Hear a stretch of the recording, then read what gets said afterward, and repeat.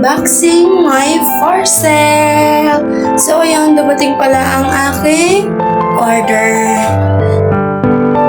At that time is nasa Whitebayan kami. Kasi wala kaming wifi. Shout out pala sa kapitbahay namin, Bentangera. Alam talaga, hindi ko kami nakikiconnect sa inyo. Ako yung naguhulog sa Whitebayan. And now you know. Kaya wag kang enough na. Baka saan pa mapunta. Giggle mortgage. And then ayan, kinuha ko yung gunting dahil nahirapan na ang mama niya. Yan, inistop ko muna din yan. Nakuha ko na nga yung gunting. Hindi ka pa ready, Cruze? Oh my gosh. Yan yan, minuksan ko na. Laman pala niyan is Hermes. Yan. Kung gusto nyo umorder is ilalagay ko sa comment section. So, ayan is 144 lang pala yan isa. Dinahantahan ko lang palang pagbubukas dyan. Huy, iningatan. Yan. Para exciting part. Exciting. Basta ganyan, dahan-dahan lang. Kunwari, babasagin. And then, ayan, nabuksan ko na din siya. My God. Parang ayaw niya talagang lumabas din sa kinatataguan niya.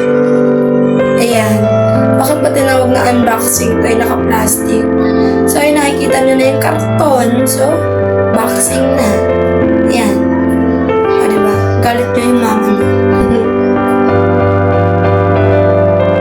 Pinag-iisipan ko pa kung gugupitin ko ba yung karton o ano. Ay, nako. Ayaw talaga na lumabas. O, diba? So, wala akong choice kundi gupitin na lang. Kasi ayaw talaga lumabas eh. Stress na ako sa iyo. Guys, ready na ba kayo makita yan? So yan, dalawa pala yan. Nag-isa kami dyan ni Ate Jubel. Regalo ko yan sa kanya. Uy, regalo. Charot. Order niya yan isa. Inaliw niya ako ng budol. Ayan, napa-order na din ako. Lubog sa kalooban yun. Ayan.